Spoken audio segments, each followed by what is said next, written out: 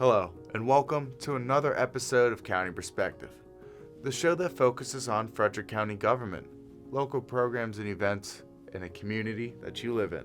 I'm your host, Brandon Rosa, and thank you for joining us. Now, we would like to start the first half of the show by paying homage to fallen firefighter Battalion Chief Joshua Laird, who passed away while battling a house fire on Wednesday, August 11th. Hundreds of firefighters and members of the community came to gather to honor Joshua Laird's service and life at Mount St. Mary's University's Knott Arena on August 17th. It's an honor to be here on behalf of all the people of Maryland as we remember the life, the memory, and the legacy of Battalion Chief Joshua Laird. Josh is a hero.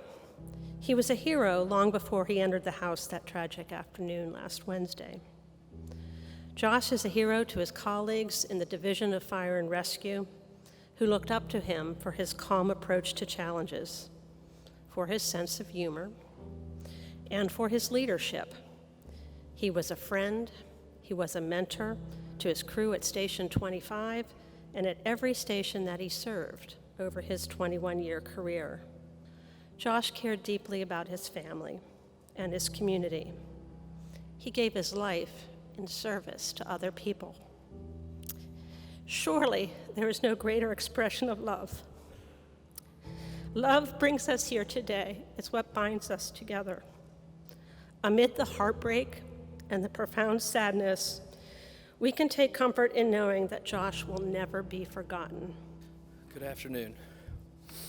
Some of you know me, but some of you don't. My name is Vincent Parrish. Josh was my captain for a while at Station 25, but he was also my best friend. I almost didn't think that I could do this, but all I could hear was Josh calling me a dummy or an idiot or a bunch of other things that I probably shouldn't say in a Catholic university. If I could make a list of all the things I admired about Josh, I would be here all day.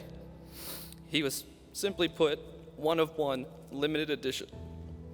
The one trait that I think is most important is that Josh was always 100% himself at all times, no matter what. Hi, I'm Erin, Battalion Chief Laird's oldest daughter.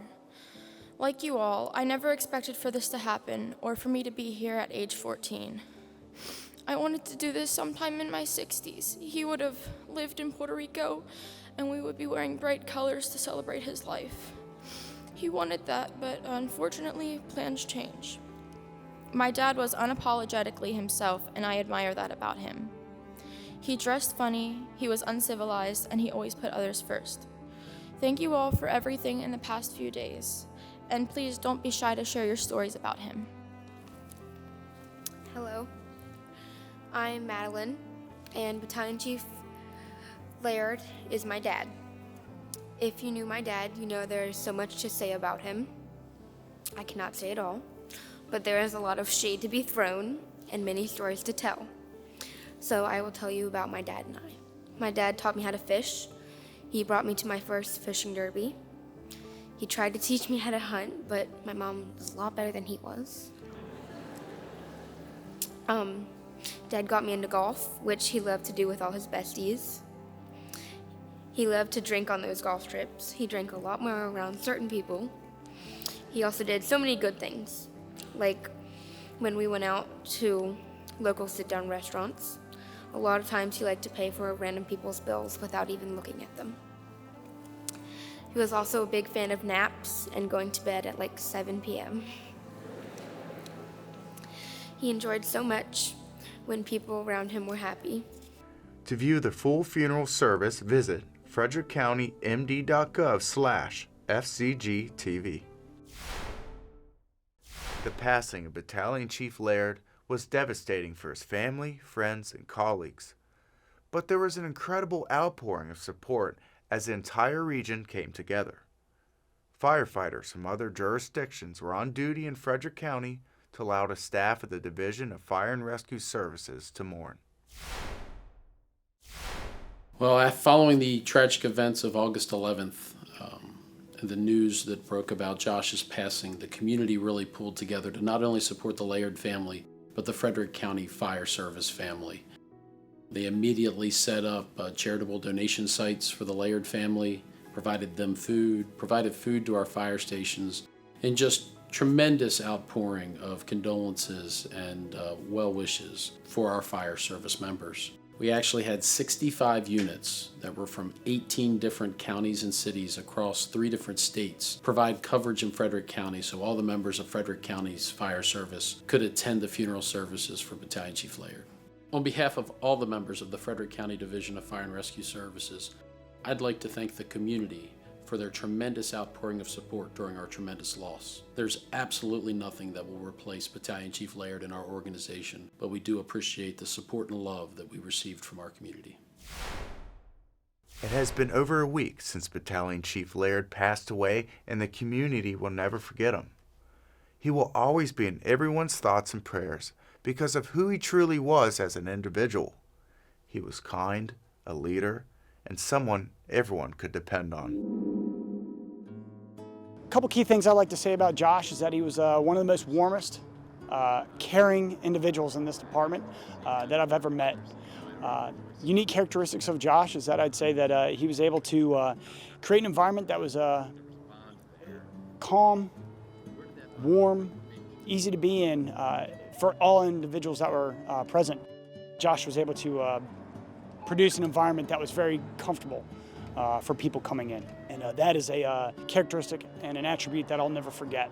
My career started at Station 25, which is where I met Josh. He was my mentor and senior firefighter on my shift for my first year of my career. So I spent a year with Josh, living with him every third day, and he was the big brother father figure for the young guys on the shift.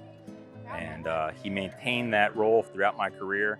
It was good to have him as that mentor figure. He was a voice of reason because he never got worked up, and he would always give you the other side of a thought process. So Josh was reliable and consistent, and that's how I will remember Josh. Wonderful, wonderful guy. Of course, you know that.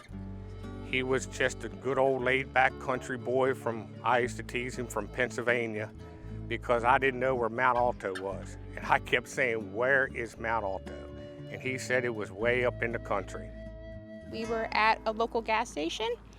I was putting air in the tire while burping my 4-month-old and getting ready to go to the beach. We saw the fire truck, and one of the firemen came out and told me that my kids were cute, and we went our separate ways. He came back to our car with 2 hats for the kids and asked us where we were going. We told him we were traveling to the beach, and he told us he wished us a safe trip. He said he wished he was going to the beach. I then called my husband. I said, oh, I met this fireman. He was so nice. He gave the kids hats. He was one of my instructors for our class called Car Seat Technician. All the instructors took us all out for lunch, and he sat down. We probably had almost a 2-hour-long lunch. He just talked with us about in the fire service, what he's seen, to always be like proactive as a new recruit, a rookie. And then he also is like, if you need help, ask. Don't be afraid to talk to someone. That's one of the big things for me. He taught me a lot working with him. We had our fun, but when it was time to do business, it was time to do business. I used to love sitting there with Josh talking about the families, my family and his family. If somebody wanted to learn something new, he was right there at it. He'd work with us day in and day out and make sure we were proficient with what we had to do. Josh was an all-around fireman. He'll never be forgotten. He was a fireman till the end, and I'll never tell anybody any different. We're going to take a short break, but don't go anywhere because we have more coming up on County Perspective.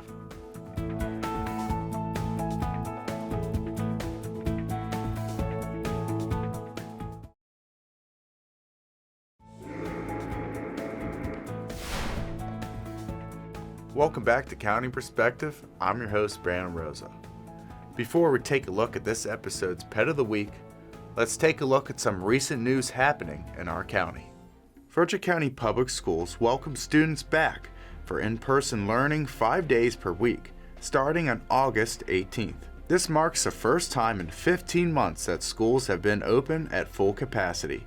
Frederick County Public Schools is requiring all students and staff members to wear masks inside school buildings, and students are required to wear masks on school buses. County Executive Jan Gardner visited Oakdale High School to welcome the students back to class. She believes that students are revved up and ready to learn.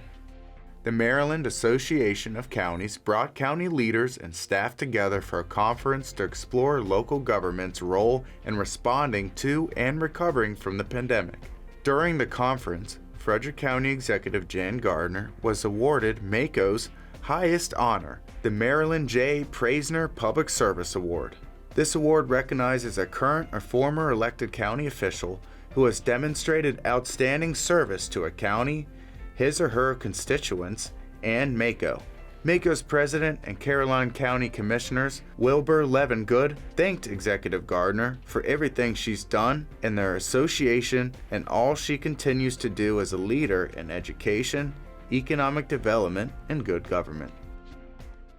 The Frederick County Animal Control Shelter has a variety of animals from cats to dogs, hamsters, guinea pigs, reptiles, and more, and they all are looking for someone to adopt them so they can have a forever home. Let's see who's looking to come home with you in this episode's Pet of the Week.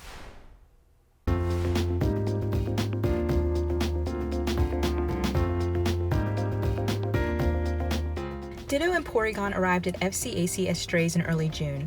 Because they were underage, they were sent to a foster home where not only were they able to grow in a stress-free environment, but they were also socialized. As a result, these two albino rabbits are some of the friendliest on our adoption floor. They will frequently come to greet you when you approach their enclosure. They enjoy petting sessions and are even easily held. While we have them housed together, they can be adopted as a pair or individually. Ditto and Porygon do, however, enjoy each other's company. To learn more about Ditto and Porygon, or our adoption process, call Frederick County Animal Control and Pet Adoption Center at 301-600-1546. The Great Frederick Fair will be returning September 17th and will run until September 25th. Last year, the fair was canceled due to the COVID-19 pandemic, with the Youth Livestock Show continuing with safety precautions. Agriculture plays a big role in Frederick County, and many 4-H members participate to show off their years of hard work on their farm, raising their farm animals. This year, the youth livestock event will continue, and many 4-H members are ready for the competition. I think people are excited to get back outside. They're excited to, celebrate Frederick County agriculture and enjoy the fair with their friends and family.